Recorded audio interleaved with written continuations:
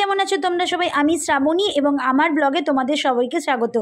আর রথযাত্রার তো একদিন বাকি, বেশি দিন তো আর বাকি নেই পুজোর, তার মানে বলতে বলতে পুজো আর 3 মাস বাকি। তো টুকটাক শপিং করতে করতে আমাদের পুজো এসে যায়। তো ভাবলাম একটু একটু শপিং এগিয়েই রাখি, তাই তো অনেক কিছুই আমাদের মেয়েদের কেনা হয়ে থাকে।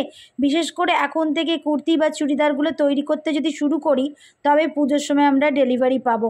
না না, অনলাইন অফলাইন দুটো তো রয়েছে, কিন্তু ট্র্যাডিশনাল ওই যে কুর্তিস তৈরি করা বা চুড়িদার তৈরি করা, তার মধ্যে একটা আলাদাই একটা আনন্দ আছে, কি বলো, তাই না?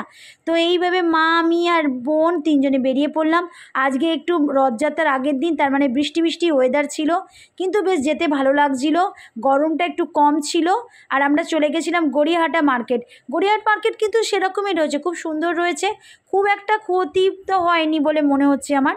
তো জুডিওর কাছের জায়গাটা দিয়ে ঢুকেছিলাম, এরপর আমরা শাড়ি মার্কেটে চলে এসেছিলাম।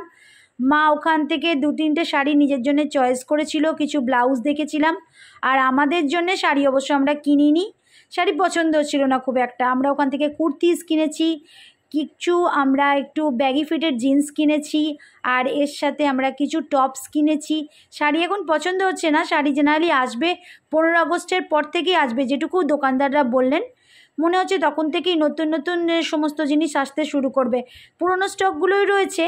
তো শাড়ি অবশ্য প্রতি বছরই নতুন নতুন থাকে, তাই তো কিছু স্পেশাল চেঞ্জ হয় না, কিন্তু তা সত্ত্বেও আমরা যেটুকু পাওয়া যায়। এরপর আমরা চলে এসেছিলাম বাঞ্ছারামে, ওখানে কিছু খাওয়া দাওয়া করেছিলাম আর একটু চাউমিনও খেয়েছিলাম। তারপর মা একটা জায়গায় দাঁড়িয়ে একটু চা খেয়েছিল, 4টে নাগাদ হয়ে গেছিলো, তো চা ওই জন্য তেষ্টা পাচ্ছিল মায়ের।